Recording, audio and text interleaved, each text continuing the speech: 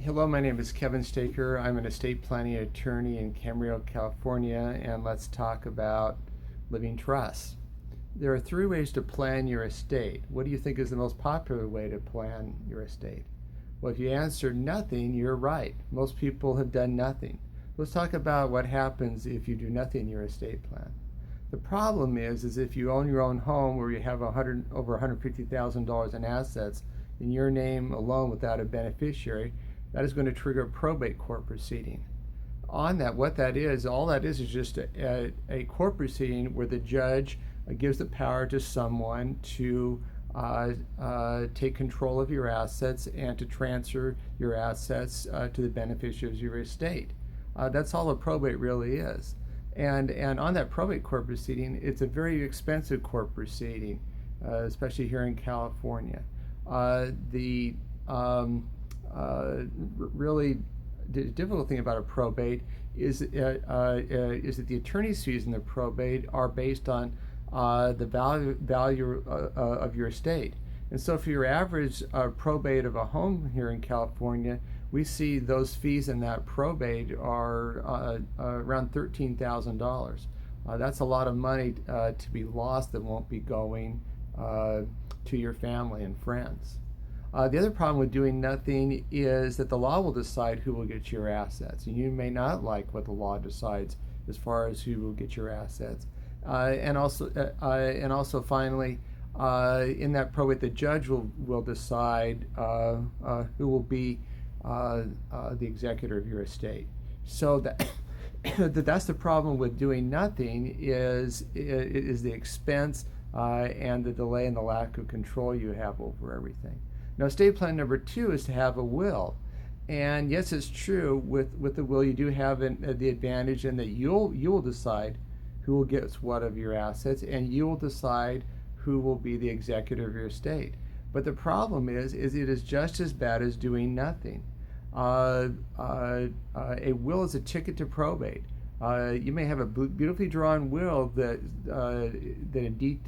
describes in detail all of your assets, who your beneficiaries are, so that any sensible person can be sure to whom your assets will go. But the problem is, it's still the court has to be involved, the judge has to be involved, because the judge has to change title on your assets, has to sign the order changing the title of your assets from your name into the name of your executor, who then can distribute the assets out. So that's the problem with estate plan number 2. Estate plan number 3 is to do a living trust. So what is a living trust? Well, a living trust is a document that you sign that takes the place of what you think of as your will. And you'll name yourself as the trustee of your trust. And so you will still control everything absolutely. You'll continue to file your same income tax returns as before. Your property taxes won't change. But the key is that you'll change the title on your non-retirement assets into your name as trustee. So, for example, if you own your home and other real estate, you'll sign a deed for each piece of real estate to transfer it out of your name into your name as the trustee of your trust. And so the beauty of this is that if something happens to you, the title to your real estate and these other assets in the name of the trust avoid a probate if you passed away, because your assets are already in the name of the trust. They're out of your name in one sense. They're still in your name during your lifetime, but when you're gone, they are in the name of the trust when you're gone. And so it's a very simple thing for your successor trustee, for example, on your home, to record a copy of your death certificate with a county recorder, and so your successor trustee can take over without having to go to probate court. The other advantages, of course, of living trust are you get to decide who gets what of your assets, and so the law deciding, and you get to decide who's going to be your successor trustee instead of a judge deciding. Another major advantage of living trust is to avoid a court conservatorship.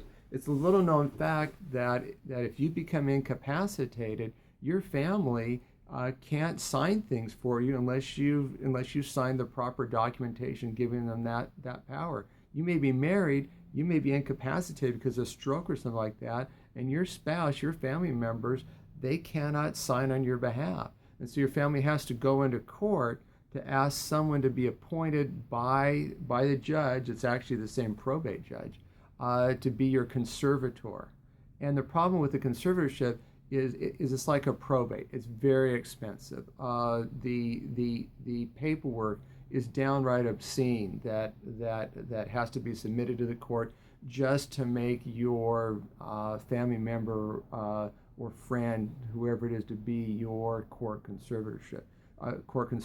And every year, and then periodically after that, your court-appointed conservator has to report to the court regarding every penny they spent on your behalf, which is a wasted, useless exercise because there's no way your family member can prepare that. It's called a court accounting on their own.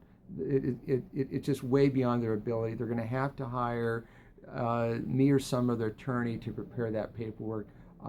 So setting up the conservatorship and also the assistance they'll need every year will cost thousands and thousands of dollars. It's a real tragedy if a conservatorship happens because it's so easy to avoid if you sign a living if you have a living trust and the other documents that go along with it. Now, another advantage of having a living trust is it's very private. See, a probate court proceeding is a public proceeding. Any one of us could go on down to the probate court tomorrow and ask to see any of the probate court case files and find out all sorts of things about the poor person who has passed away without a living trust, who the estate is being probated. You can find out, you actually can find a list of all their assets. You'll see the names and the addresses of all their family members. It's a very public, intrusive proceeding. A living trust on hand is very private. Only you, your family members, your other beneficiaries, and your attorney will know who is receiving your trust assets and what your assets are. Another advantage of living trust is that it takes a lot less time to wrap up your estate after you're gone. You see, in a probate court proceeding, it takes a very minimum, if you cut it to the shortest, of 7 months from start to finish for a probate. Where with a living trust, everything can be distributed out of your living trust as soon as your family receives your death certificate. So everything can be distributed out usually the next week after you're gone. So that's a tremendous advantage of living trust is your assets can be distributed out much more quickly out of your living trust.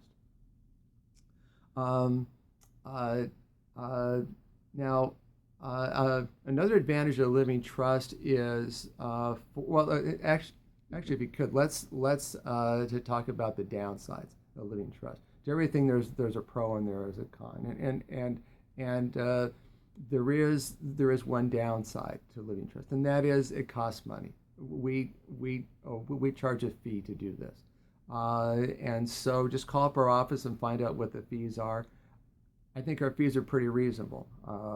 We get a lot of clients, and it's an honor for us to assist people to get their living trust done. So it does cost money, but it's like the Fram oil filter commercial. For those of you who were baby boomers and can remember that commercial, you either pay me a little bit now, or your family will pay me a lot later on in that probate and possibly conservatorship.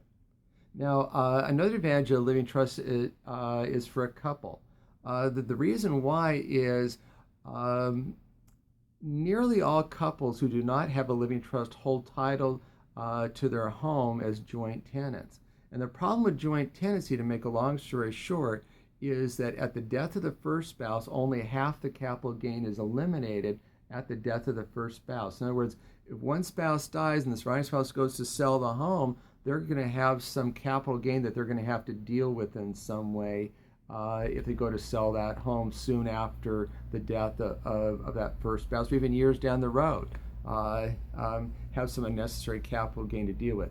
It's unnecessary because if a couple does a living trust, almost always they will make their home titled in the living trust as community property. And it's a strange thing under the interplay of the joint tenancy law and tax law.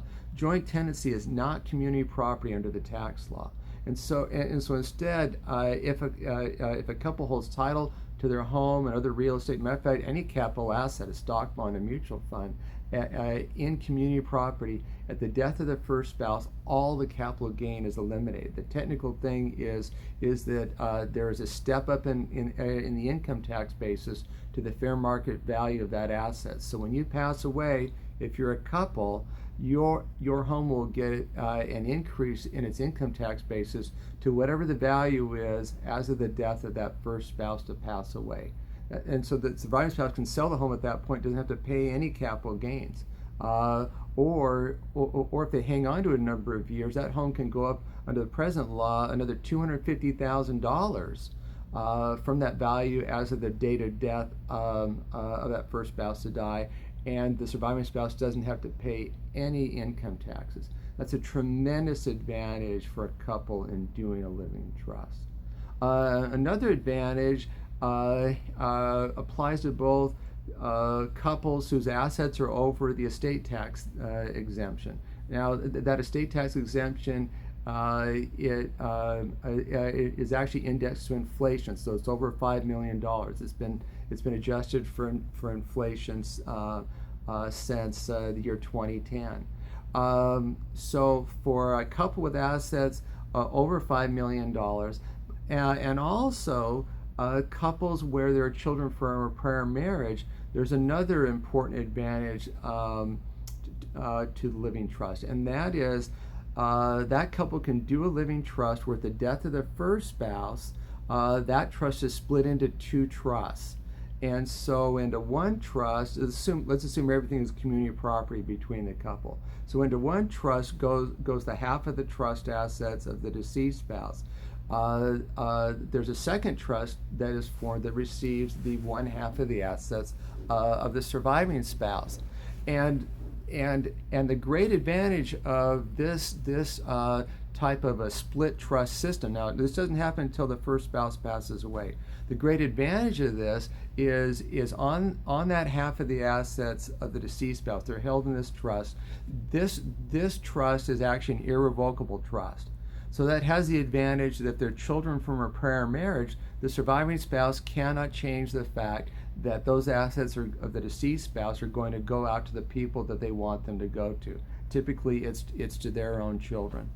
The other advantage of this, and for a couple with assets over $5 million, the advantage of this is that this irrevocable trust escapes estate taxes at the death of the surviving spouse. No matter what those assets have grown from, if they may have grown from over $5 million to $50 million at the death of the surviving spouse, and those assets will escape estate taxes. That is a great advantage of living trust, is for a couple with over $5 million assets, or a couple where they have children from a prior marriage that they want to protect.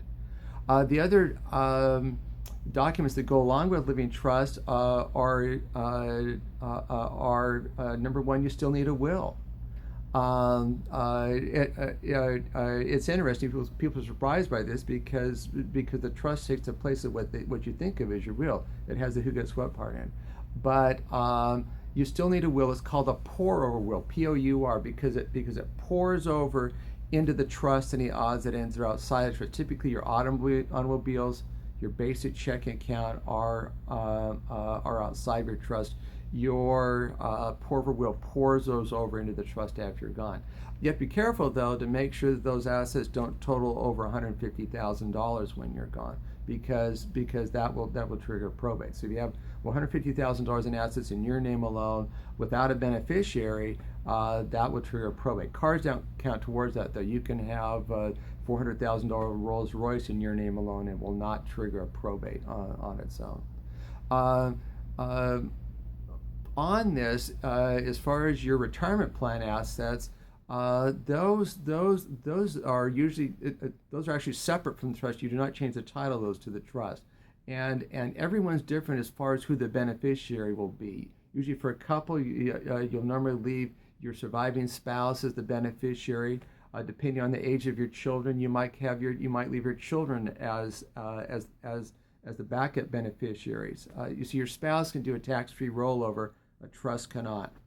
But on the other hand, if your children are young, it is really important to have your spouse as the primary beneficiary and to have the trust as the backup beneficiary.